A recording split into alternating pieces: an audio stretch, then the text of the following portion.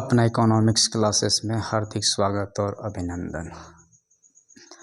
समष्टि अर्थशास्त्र के अंतर्गत एक महत्वपूर्ण टॉपिक समष्टि अर्थशास्त्र में उत्पादित वस्तुओं के वर्गीकरण के बारे में आज हम लोग अध्ययन करेंगे।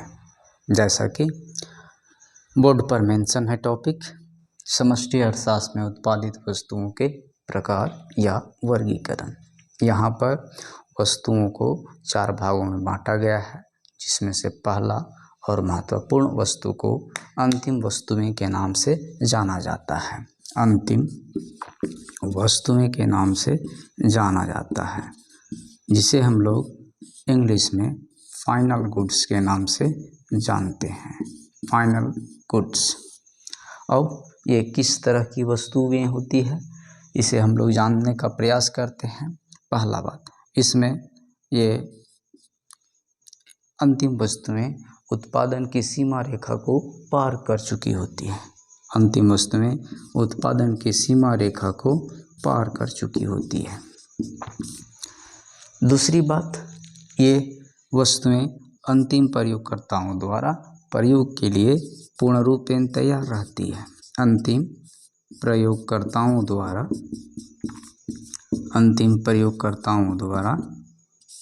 प्रयोग के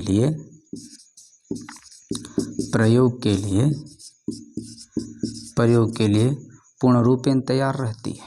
पूर्ण रूपेण तैयार रहती है। और तीसरी प्रमुख बात क्या होती है कि ऐसी वस्तुएं का मूल्य और नहीं बढ़ाया जाता है। ऐसी वस्तुएं का मूल्य और नहीं बढ़ाया जा सकता है। ऐसी वस्तुएं का मूल्य और नहीं बढ़ाया जा सकता। और चौथा महत्वपूर्ण बात क्या होता है, अंतिम वस्तुओं का मूल्य राष्ट्रीय आय में शामिल किया जाता है। अंतिम वस्तुओं का मूल्य राष्ट्रीय आय में शामिल किया जाता है। राष्ट्रीय आय में शामिल किया जाता है। तो ऐसी वस्तुएं जो उत्पादन की सीमा रेखा को पार कर चुकी है, अंतिम प्रयोगकर्ताओं द्वारा प्रयोग के लिए तैयार है।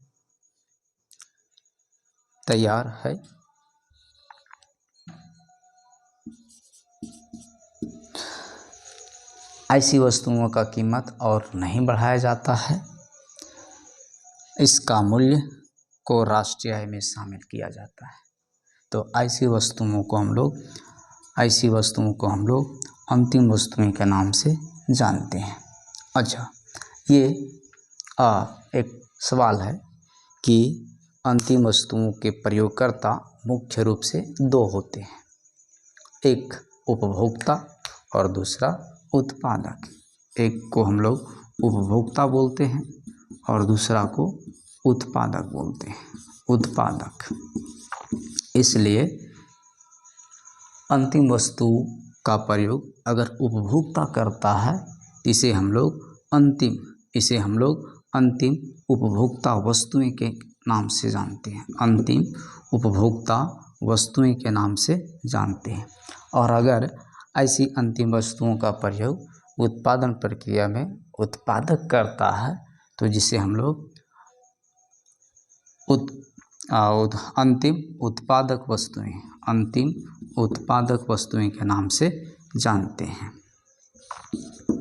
अंतिम उपभोक्ता वस्तुएं और अंतिम उत्पादक वस्तुएं।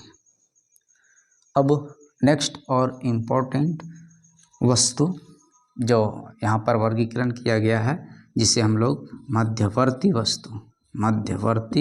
वस्तुएं के नाम से जानते हैं। मध्यवर्ती वस्तुएं, इसे इंग्लिश में इंटरमीडिएट गुड्स के नाम से जानते हैं। अब इसकी कौन सा इंट्रो दिया जाता है। जैसे ये वस्तुएं उत्पादन की सीमा रेखा के अंदर होती है। उत्पादन की सीमा रेखा के अंदर होती है। सीमा रेखा के अंदर होती है, यहाँ सीमा रेखा को पार कर चुकी होती है, पार कर चुकी होती है, सीमा रेखा के अंदर होती है। अंतिम प्रयोगकर्ताओं द्वारा प्रयोग के लिए ये तैयार नहीं रहती है मध्यवर्ती वस्तु। इसका कीमत और बढ़ाया जा सकता है, इसका कीमत और बढ़ाया जा सकता है, इसका कीमत और बढ़ाया जा सकता है। मध्यवर्ती वस्तु का मूल्य राष्ट्रीय आय में घटा दिया जाता है, माइनस कर दिया जाता है। तो ये हो गई अंतिम और मध्यवर्ती वस्तु के बीच महत्वपूर्ण बात। पहला क्या हुआ, तो ये अंतिम वस्तु में उत्पादन की सीमा रेखा को पार कर चुकी होती है। इसका मतलब होता है ये इतना तैयार रहता है कि इसको प्रयोग करने के लिए ज़्यादा विशेष कुछ छानबीन सोच विचार नहीं करना पड़ता है, जबकि इसको प्रयोग करने के लिए उसको प्यूरीफाई और उसमें चीज़ें मिलानी पड़ती है, तब वो उपयोग के लायक बनता है। जैसे कच्ची सामग्री,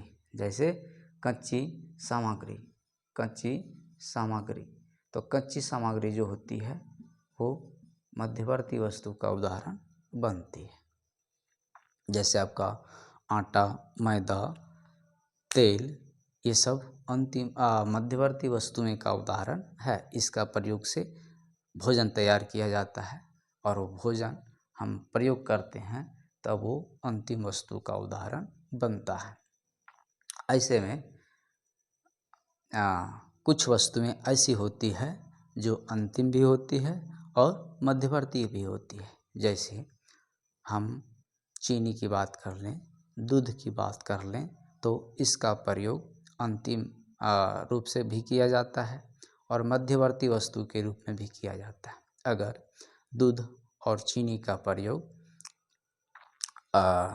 मिठाई बनाने वाले व्यक्ति बेचने के उद्देश्य से प्रयोग करते हैं, उसे हम लोग मध्यवर्ती वस्तु का नाम से जानेंगे। अगर वही वस्तु का प्रयोग एक साधारण व्यक्ति खाने के लिए प्रयोग करता है, दूध पी जाता है, चीनी खा जाता है, तो ऐसी स्थिति में वही दूध और चीनी अंतिम वस्तु का उदाहरण बन जाएगा।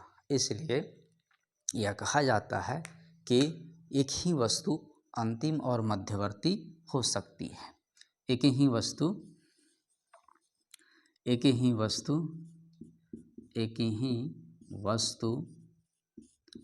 अंतिम व मध्यवर्ती वस्तु हो सकती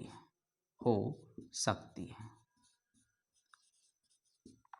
अब हम लोग नेक्स्ट और प्रमुख वस्तु की ओर रुख करते हैं और वो तीसरा आपका उपभोक्ता वस्तु के नाम से जाना जाता है। उपभोक्ता वस्तु या वस्तुएं, जिसे हम लोग कंज्यूमर गुड्स भी कहते हैं। अब इसमें ऐसी वस्तुएं जो उपभोक्ता को प्रत्यक्ष रूप से उनकी आवश्यकताओं या ज़रूरतों को पूरा करता है, जिसे हम लोग उपभोक्ता वस्तु कहते हैं। अब इन वस्तुओं का वर्गीकरण 4 रूपों में किया गया है। जैसे एक आपका है टिकाऊ उपभोक्ता वस्तु। दूसरा है आपका अर्ध टिकाऊ, क्या है? अर्ध टिकाऊ उपभोक्ता वस्तुएं। तीसरा आपका क्या है? तो तीसरा आपका है गैर टिकाऊ उपभोक्ता वस्तु, गैर टिकाऊ उपभोक्ता वस्तुएं। और चौथा आपका है अभौतिक वस्तु। चौथा आपका अभौतिक वस्तु।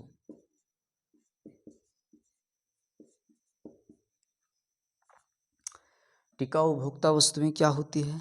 इसके अंतर्गत उपभोग की ऐसी वस्तुओं को शामिल किया जाता है जिसका प्रयोग उपभोक्ता कई वर्षों तक बार बार करता है, जैसे cycle, motorcycle, TV, AC, cooler, fridge, etc।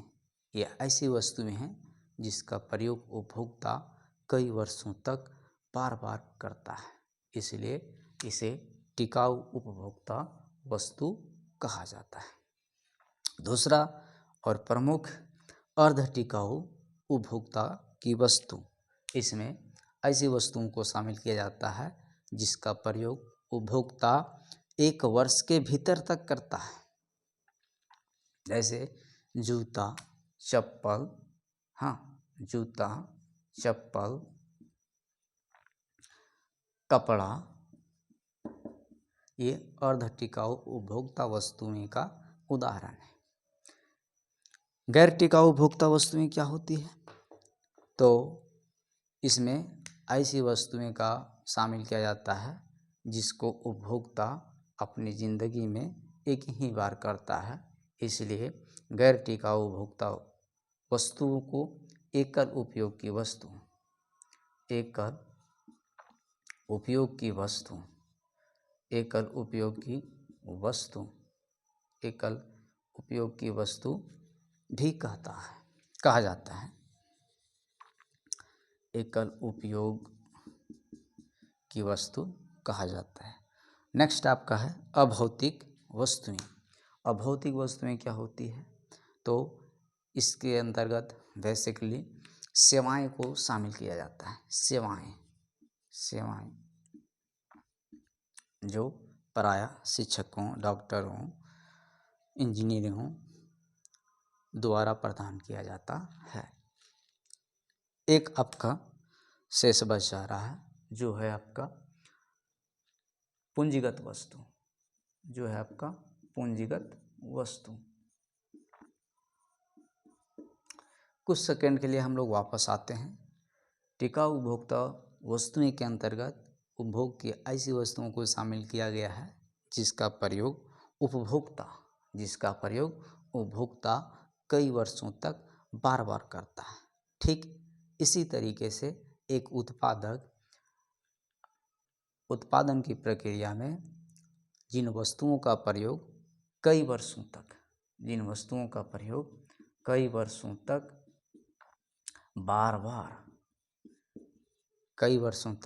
बार बार प्रयोग करता है, तो उसे हम लोग पूंजीगत वस्तुएं के नाम से जानते हैं। जैसे मशीन का प्रयोग उत्पादन प्रक्रिया में कई वर्षों तक करता है, इसलिए मशीन जो है वो पूंजीगत वस्तुएं का उदाहरण बनता है। भूमि पूंजीगत वस्तु का उदाहरण है। इस तरीके से हम लोग समष्टि अर्थशास्त्र में उत्पादित वस्तुओं के वर्गीकरण के बारे में चर्चा किए। इसमें से अंतिम वस्तुएं, मध्यवर्ती वस्तुएं, उपभोक्ता वस्तुएं और पूंजीगत वस्तुएं के रूप में वर्गीकृत की गई है। फटाफट हम लोग देख लेते हैं एक नज़र में। अंतिम वस्तुएं के बारे में बताया गया, यह सीमा रेखा को पार कर चुकी होती है, अंतिम प्रयोगकर्ताओं द्वारा प्रयोग के लिए तैयार रहती है। कीमत इसका और नहीं बढ़ाया जाता है, प्रायः इसके कीमत को राष्ट्रीय आय में शामिल किया जाता है। मध्यवर्ती अंतिम वस्तुएं 2 प्रकार की होती है, अंतिम उपभोक्ता वस्तुएं और दूसरा अंतिम उत्पादक वस्तुएं। मध्यवर्ती वस्तुएं सीमा रेखा के अंदर होती है, अंतिम प्रयोगकर्ताओं द्वारा प्रयोग के लिए तैयार नहीं रहती है, इसका कीमत और बढ़ाया जा सकता है।